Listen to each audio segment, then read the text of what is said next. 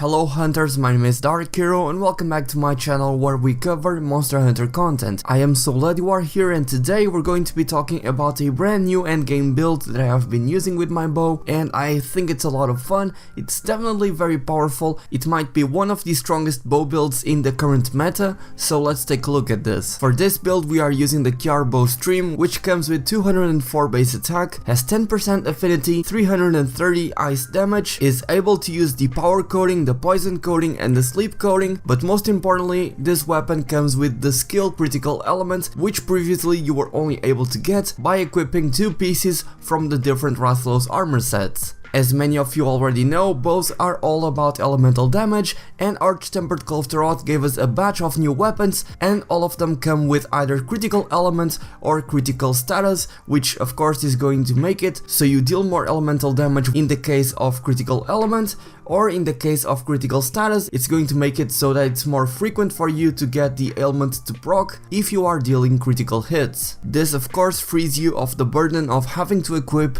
those 2 pieces from the Rathalos armor sets, so you have a lot more freedom when it comes to creating your own build. This build is specifically catered towards this weapon. However, if you happen to get any other Kiar bow that has any other element, then you can very easily adjust this build according to that different element. So besides the Kiar bow stream, the armor pieces that we have are the Kushala Glare Beta, which comes with ice attack level 2 and 3 level 1 decoration slots, Dante's Coat Alpha, which comes with Evade Window level 1, Critical Eye level 1 and 1 level 3 decoration slot, the Draken Vambraces Alpha, which comes with Critical Eye level 2, Attack Boost level 1 and 2 level 2 decoration slots, the Draken Coil Alpha, which comes with Critical Eye level 2, Power Prolonger level 1 and 1 level 3 decoration slot, and finally Dante's Leather Boots Alpha, which comes with Weakness Exploit level 2 and 2 level 1 decoration slots. For the charm we are using Fitness Charm 3, which gives us Constitution level 3. Now after slotting 1 Frost Jewel, 2 Expert Jewels,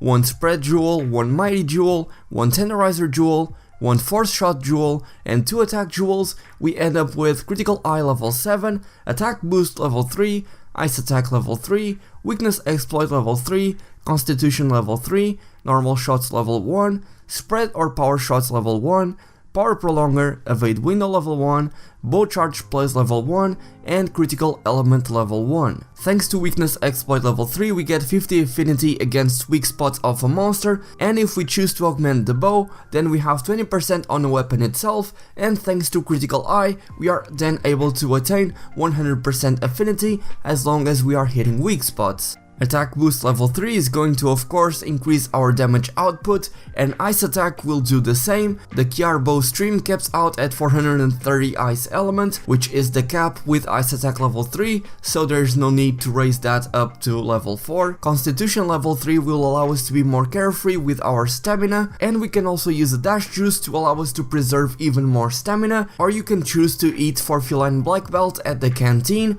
which does the same effect as dash juice and will last throughout the entirety of the hunt as long as you don't cart. By the way, important note here, if you choose to go for feline black belt, then don't bring any dash juice with you because they are not going to stack together. There is a cap as to how much stamina you can reduce when it comes to depletion, and so having Constitution level 3, feline black belt and dash juice all at the same time will make it so that one of those factors is going to be completely useless, so just keep that in mind while you are playing. Normal Shots is going to increase the power of the normal arrows. Power Shots is going to increase the attack power of the Power Shot arrows, which, in case you didn't know, is the most powerful arrow type and is the one that you should be using at all times until it runs out, of course. Power Prolonger is just a byproduct of the armor pieces that we have equipped, and it doesn't even benefit us in any way as it doesn't affect the bow. And Evade Window is also a byproduct of the armor pieces that we have chosen to wear on this build, but it can be somewhat useful as it extends the invulnerability period when you are evading.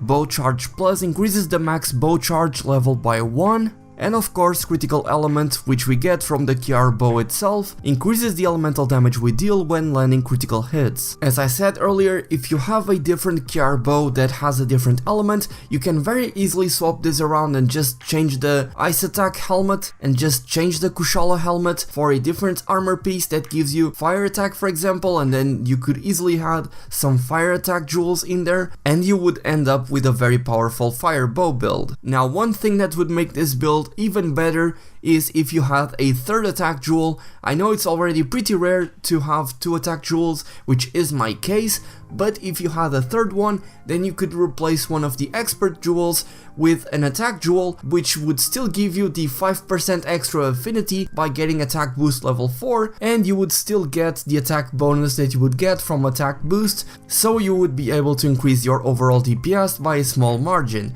It wouldn't be a significant margin, but it would be enough to make the difference and to make your hunts faster. Again, I know that not everyone is going to have 2 attack jewels. I know that a lot of people are not going to have 3 attack jewels, which is my case with a lot of hours into this game, and this build revolves around a lot of rare decorations such as the spread jewel or the mighty bow jewel. I know many people are still wanting to get those decorations, and it also revolves around an RNG weapon, which is the QR bow stream. Not everyone is going to be able to get it because of course it all depends on RNG whether or not you get it after defeating Arch-Tempered Kulftaroth. That's kind of a problem that we currently have in the game, is that a lot of the more powerful builds that we have in Monster Hunter World rely on a lot of RNG, and the current endgame of Monster Hunter World isn't very satisfying, and just keeping on farming Arch-Tempered Kulftaroth, hoping to get the weapons that you have been farming for a long time,